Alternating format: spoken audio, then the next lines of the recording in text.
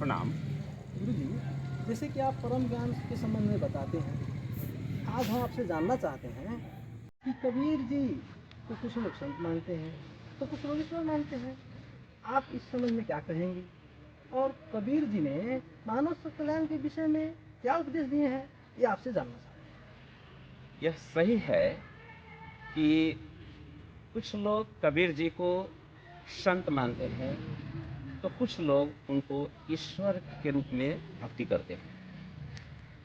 तो इसे मैं शास्त्र के आधार पर कहूँगा कि श्रीमद् भगवद गीता के श्लोक 18 अध्याय 7 में भगवान श्री कृष्ण अर्जुन को कहते हैं कि ज्ञानी मेरे स्वरूप है और वे मुझे अत्यंत प्रिय है।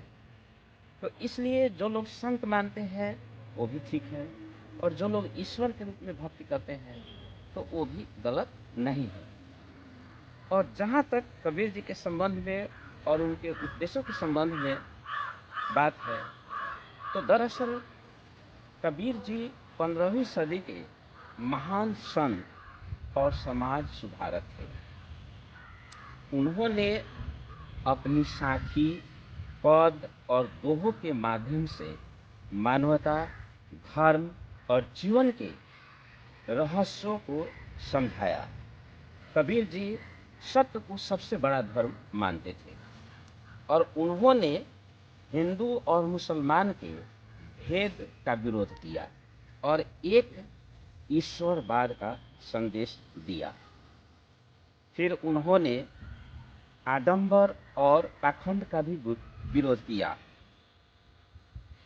उन्होंने कहा कि धार्मिक रीति रिवाज और बाहरी पूजा पाठ से ईश्वर नहीं मिलते हैं।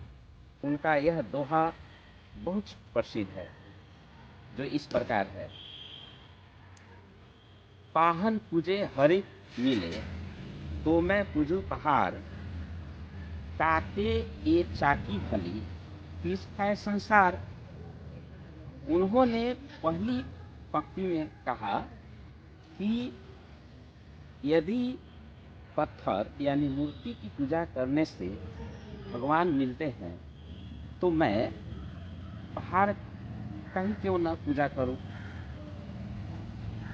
फिर उन्होंने दूसरी पंक्ति में कहे कि उससे अच्छा तो ये चक्की जिसे आटा पीसा जाता है उपयोगी, क्योंकि वह पेट भरने के लिए आटा पीस करके देता है। तो इस प्रकार उन्होंने कहा कि उपयोगी चीज है वह हमारे लिए महत्वपूर्ण है, न कि कर्मकांड। तो कबीर जी ने अपने उपदेश से लोगों को मानवता, सच्चाई और प्रेम का संदेश दिया, और उनका उपदेश, उनका संदेश आज भी प्रासंगिक है और हमें सही मार्ग पर चलने के लिए प्रेरित करता है। हैं। धन्यवाद गुरु जी। आपको भी बहुत बहुत धन्यवाद।